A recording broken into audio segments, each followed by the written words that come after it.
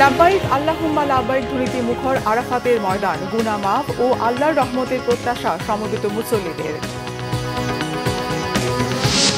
ঈদ উদযাপনে রাজধানী ছাড়ছে মানুষ, ট্রেনে বাসে বাড়ি ফেরা মানুষের ভিড়, মহাসড়কে দীর্ঘ যানজটের ভোগান্তি। জমে উঠেছে কোরবানির পশুর হাট, দাম সহনীয় বলছেন ক্রেতা বিক্রেতারা। 12 ঘন্টার মধ্যে বর্জ্য অপসারণের ঘোষণা কর্তৃপক্ষের। দেখছিলেন ক্রাউন সিমেন্ট সংবাদ শিরোনাম, এবারে বিস্তারিত। আজ পবিত্র হজ। মসজিদে নামিরা থেকে হজের খুতবা দিচ্ছেন মসজিদুল হারামের ইমাম ও খতিব শায়খ ডক্টর সালেহ বিন হুমায়দ। বৃহস্পতিবার ভোরে তাঁবুর নগরী মিনা থেকে আরাফাতের ময়দানে হাজির হন মুসল্লিরা, যেই ময়দানে বিদায় হজের ভাষণ দিয়েছিলেন সবশেষ নবী হযরত মুহাম্মদ সাল্লাল্লাহু আলাইহি ওয়াসাল্লাম। হজের 3 ফরজের একটি হচ্ছে আরাফাতের ময়দানে অবস্থান। জোহরের ওয়াক্তে মসজিদে নামিরা থেকে হজের খুতবা দেয়া শুরু হয়। এটি বাংলা, ইংরেজি, চীনা সহ 34টি ভাষায় অনুবাদ করে সম্প্রচার করা হয়। পরে জোহর ও আসরের নামাজ একত্রে আদায় করে সূর্যাস্ত পর্যন্ত ওই ময়দানে অবস্থান করবেন মুসল্লিরা। সূর্যাস্তের পর তারা 9 কিলোমিটার দূরে মুজদালিফায় গিয়ে মাগরিব ও ইশার নামাজ আদায় করবেন। পরে খোলা আকাশের নিচে অবস্থানকালে ইবাদত বন্দেগীতে রাত কাটানোর পাশাপাশি শয়তানকে মারার জন্য পাথর সংগ্রহ করবেন। পরদিন 10 জিলহজ মিনায় গিয়ে শয়তানের উদ্দেশ্যে পাথর ছোড়ার পর কোরবানি দিয়ে মাথার চুল ছেঁটে গোসল করে ইহরাম খোলার মাধ্যমে শেষ হবে হজের মূল আনুষ্ঠানিকতা। এদিন সৌদি আরব সহ মধ্যপ্রাচ্যের বিভিন্ন দেশে উদযাপন করা হবে ঈদ উল আজহা।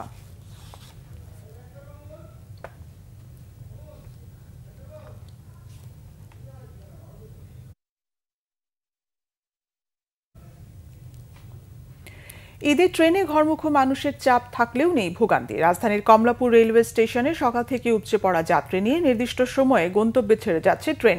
গত 26 মে যারা ট্রেনের আগাম টিকিট কেটেছেন, আজ তারা যাচ্ছেন নিজ নিজ গন্তব্যে।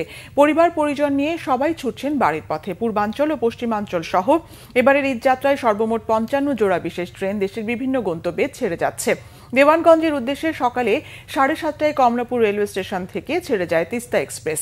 8:30টায় লালমনিরহাটের উদ্দেশ্যে ছেড়ে যায় লালমনি এক্সপ্রেস। ঘরমুখো মানুষের নিরাপত্তায় কমলাপুরে আইনশৃঙ্খলা বাহিনীর টহল রয়েছে। তবে তারপরেও ট্রেনের ছাদে চড়ছেন যাত্রীরা।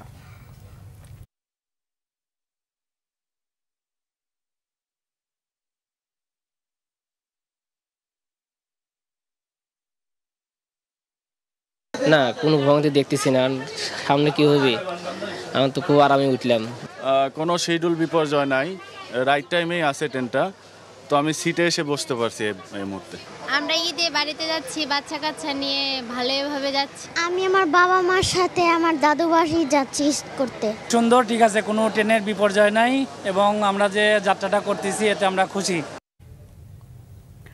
ঢাকা টাঙ্গাইল যমুনা সেতু মহাসড়কে অতিরিক্ত গাড়ির চাপে এলেঙ্গা থেকে যমুনা সেতু পর্যন্ত দেখা দিয়েছে 10 কিলোমিটারে থেমে থেমে যানজট।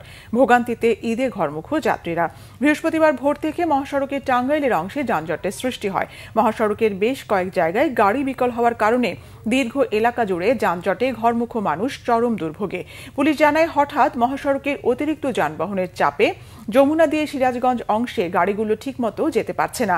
এদিকে সকাল থেকে গাজীপুরে ঢাকা টাঙ্গাইল মহাসড়কের চন্দ্রা এবং ঢাকা ময়মনসিংহ মহাসড়কের চান্দনা চৌরাস্তা দিয়ে বাড়ি ফিরছে মানুষ। ঢাকা ময়মনসিংহ মহাসড়কের টুঙ্গি এলাকা ও ভোগড়া বাইপাস থেকে সালনা 3 কিলোমিটার, ঢাকা টাঙ্গাইল মহাসড়কের চন্দ্রা ও এর আশেপাশের 5 কিলোমিটার এলাকায় যানবাহনের অতিরিক্ত চাপ থাকায় যানজট তৈরি হয়।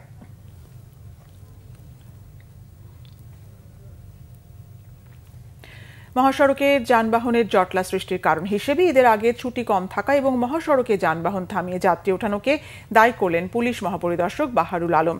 ঢাকা টাঙ্গাইল মহাসড়কে গাজীপুরের চন্দ্রায় মহাসড়ক পরিস্থিতি পরিদর্শনে গিয়ে সাংবাদিকদের কথা বলেন পুলিশ মহাপরিদর্শক।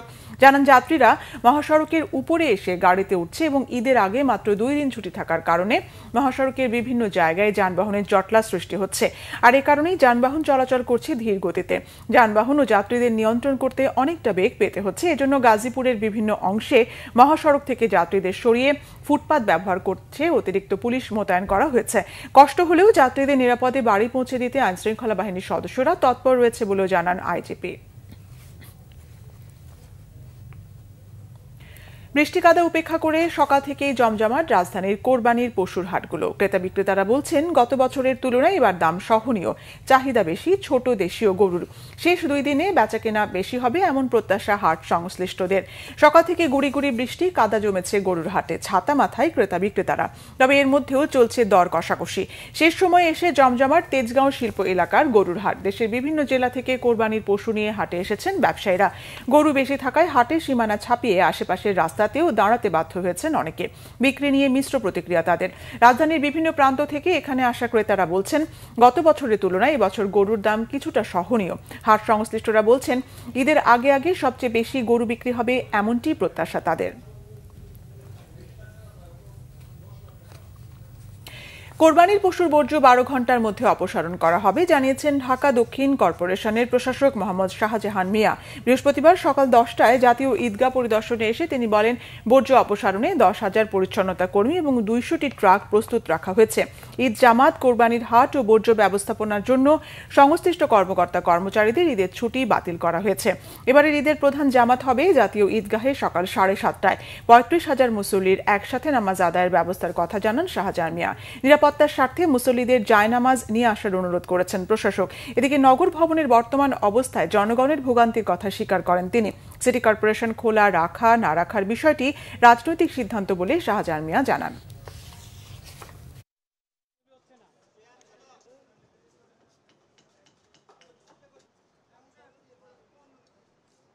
আমাদের সিটি কর্পোরেশনের যারা কর্মী আছে তারা সকলেই এখন আমাদের জন্য প্রস্তুত। তারা এই সার্ভিস যেহেতু বরাবর দিয়ে থাকে, জনগণের ভোগান্তির কথা মাথায় রেখে তারা সকলেই কাজে যোগ দিবেন এবং আশা করি আমাদের কোনো সমস্যা হবে না। এইটা আসলে এই বিষয়টা আমি আসলে উত্তর দিতে চাই না, এটা একটা রাজনৈতিক বিষয়। প্রায় 35,000 মুসল্লি একসাথে নামাজ আদায় করতে পারবেন। প্রয়োজনে আপনাদের জায়নামাজও আনার দরকার নাই, কোনো পানির বোতল আনার দরকার নাই। গাজায় যুদ্ধবিরতিতে জাতিসংঘের নিরাপত্তা পরিষদে ওঠা প্রস্তাবে 15টি দেশের মধ্যে ভেটো দিয়েছে একমাত্র যুক্তরাষ্ট্র। এই প্রস্তাবে হামাসের হাতে আটক জিম্মি মুক্তি সহ গাজায় তাৎক্ষণিক নিঃশর্ত ও স্থায়ী যুদ্ধবিরতির আহ্বান জানানো হয়। স্থানীয় সময় বুধবার নিউ ইয়র্কে জাতিসংঘ সদর দপ্তরে গাজায় যুদ্ধবিরতির প্রস্তাবের উপর ভোটাভুটি হয়। যুক্তরাষ্ট্র ছাড়া নিরাপত্তা পরিষদের অন্য 14 দেশ প্রস্তাবটির পক্ষে ভোট দেয়। জাতিসংঘের নিরাপত্তা পরিষদে নিযুক্ত যুক্তরাষ্ট্রের প্রতিনিধি ডরোথি শিয়া বলেছেন হামাস যদি পরাজয় স্বীকার করে এবং ভবিষ্যতে ইসরায়েলি আক্রমণ না করার প্রতিশ্রুতি দেয় তবেই গাজায় যুদ্ধবিরতির প্রস্তাব মেনে নেওয়া হবে। ইসরায়েলের আত্মরক্ষার অধিকার রয়েছে বলেও মন্তব্য করেন তিনি। এদিকে গাজায় ইসরায়েলি বাহিনীর আক্রমণ অব্যাহত রয়েছে। বৃহস্পতিবার ভোর থেকে গাজার আল মাওয়াসিতে হামলা চালিয়ে অন্তত 3 ফিলিস্তিনিকে হত্যা করেছে ইসরায়েলি সেনারা। এর ইসরায়েলি হামলায় গাজায় নিহতের সংখ্যা 54,500 ছাড়িয়েছে। এই ছিল এখনকার মতো। পরের সংবাদ সন্ধ্যা 6টায়। এর আগে 5টায় রয়েছে নিউজ টপ 10 দেখার আমন্ত্রণ রইল। এছাড়া বাংলাভিশন সংবাদ ও সংবাদ সংশ্লিষ্ট অনুষ্ঠান দেখতে ভিজিট করুন www.bbnews24.com ও facebook.com/banglavishannews এবং সাবস্ক্রাইব করুন youtube.com/banglavishannews। ধন্যবাদ।